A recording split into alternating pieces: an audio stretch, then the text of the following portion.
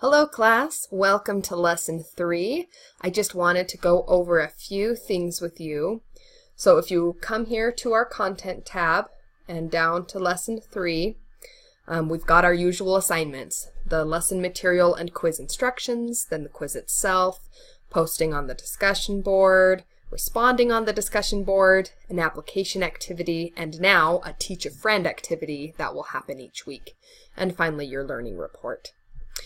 So I wanted to go over some common misunderstandings in the lesson material and quiz. So if you come here, it talks about something called the Cornell note-taking method. And it's really handy, and I think it's a neat way to take notes, and I've seen it help a lot of students before.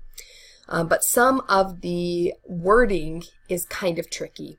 So in order to understand the quiz and be able to respond well to it, I encourage you to watch this video and make sure you really internalize what the different parts are on the Cornell note-taking and to look at the overview. So if you click on this, it will pop up in a new tab and it will show you what these different areas are and review what they are. And remember that you can refer to notes like this on the quiz itself.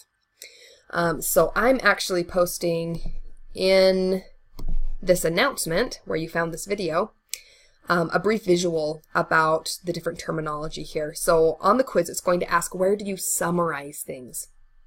And so notice that in this diagram it's saying in the Q column is where we reduce or summarize each fact, idea, and concept, not in the summaries. The summaries is where we reflect. It's where we reflect on how this material relates to the overall lesson or course. Okay, so that's the terminology that gets confused. So look closely at this diagram that I've made where I show you what each thing is. We record our ideas in the note-taking area. We then reduce or summarize those ideas in the Q column so we can see at a glance what each of the notes mean. And then we reflect on it in the overall summary here at the end.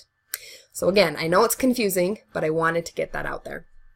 Second, let's go over the application activity real quick. Let's see here. Sorry, let's get back to it in our handy dandy content tab here. Go over to post gathering, and so in the instructions, as usual, it tells you the different questions that you will need to be answering. But there's a bit of an activity first, so follow each step. In step 1, it wants you to watch the video, Seek the Higher Ground. This is just a spiritual message, a past talk. And it wants you to take notes not using the Cornell note-taking system. This is so that you can compare. You can say, how much am I retaining when I took notes my normal way? And how much am I retaining when I use the Cornell note-taking system? How do these compare? Okay, so you'll watch the first one and take your own notes, and then you'll watch this second video using the Cornell note-taking system. And finally, you will answer some questions. And again, this is the last week, right? Lesson 3? Yep, this is the last week that we will be using a quiz format instead of turning in the template.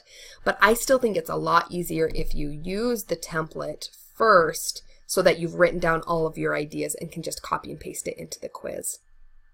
And so here's the template. And again, you can go ahead and just use these little boxes to write out your answers. But I want to draw your attention to something important. So here it asks for at least 2 paragraphs to explain the advantages and disadvantages of your own way of taking notes, of just writing down key points. And then another 2 paragraphs for the next question about advantages and disadvantages of the Cornell note-taking system. And then 1 whole paragraph to explain which note-taking method you prefer.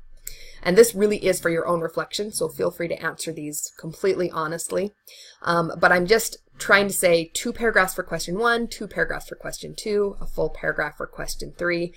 And this is important because in the quiz itself, it grades you by word count. And I noticed this threw us off in the lesson 2 application activity, that some people were saying, why am I getting a lower score? I responded thoroughly.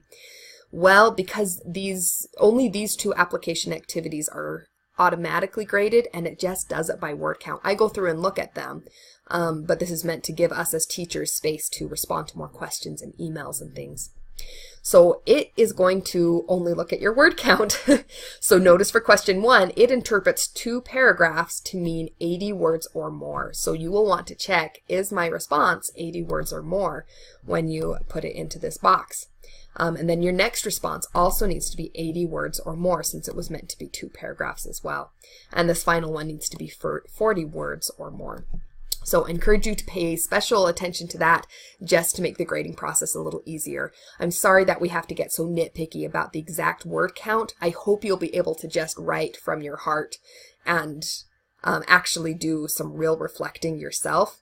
But it is something to keep in mind just because of how these 2 application activities are graded.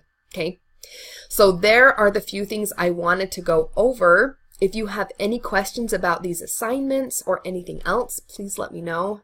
I would be happy to help in any way I can.